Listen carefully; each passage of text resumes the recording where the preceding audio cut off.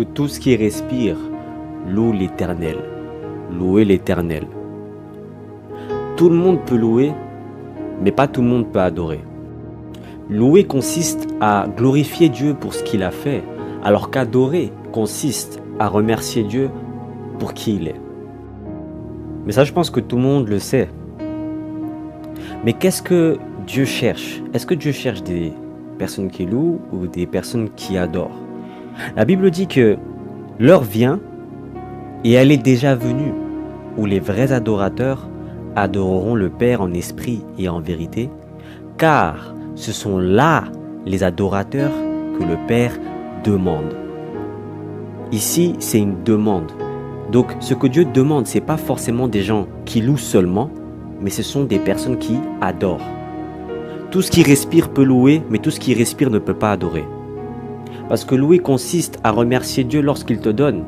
Mais qu'est-ce qui se passe lorsqu'il ne te donne pas? Est-ce que tu peux toujours adorer ou est-ce que tu commences à douter? Est-ce que tu commences à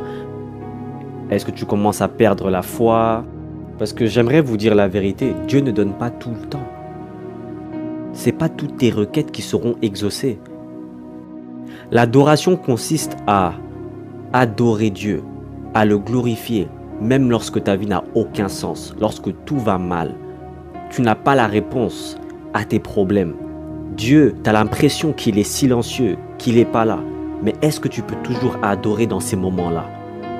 Parce que j'aimerais vous dire que l'adoration, c'est pas seulement le fait de chanter ou c'est pas seulement de la musique. C'est un sacrifice. C'est en lien avec le sacrifice, le fait d'offrir à Dieu. Quand Abraham voulait offrir Isaac à Dieu, il a dit à ses serviteurs, moi et le petit, nous allons adorer. Mais il n'y avait pas de chorale, il n'y avait pas d'instruments, il n'y avait pas toutes ces choses. Donc il parle du sacrifice comme une adoration. Donc l'adoration, c'est le sacrifice. Donc à chaque fois qu'il t'arrive quelque chose de mauvais, à chaque fois qu'on te persécute pour ta foi ou qu'on te persécute tout court, lorsque l'argent manque, lorsque un proche est parti, lorsque tu échoues, lorsque rien ne va, est-ce que tu es toujours capable de dire « Seigneur, je te remercie. Je ne sais pas pourquoi ça m'arrive, mais je te glorifie. » Quand tu perds une personne très chère à ton cœur, est-ce que tu es capable de dire « L'Éternel a donné, l'Éternel a repris, que son nom soit béni » Est-ce que tu es capable de dire ça? Car à chaque fois que tu offres ton corps en sacrifice pour Dieu et que tu prends la décision de le glorifier malgré les circonstances, c'est une adoration que tu fais à Dieu. Et ce sont là les adorateurs que Dieu demande.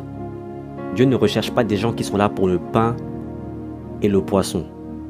Il recherche des personnes qui sont là pour lui. C'est pourquoi Jésus a chassé la foule par des paroles dures.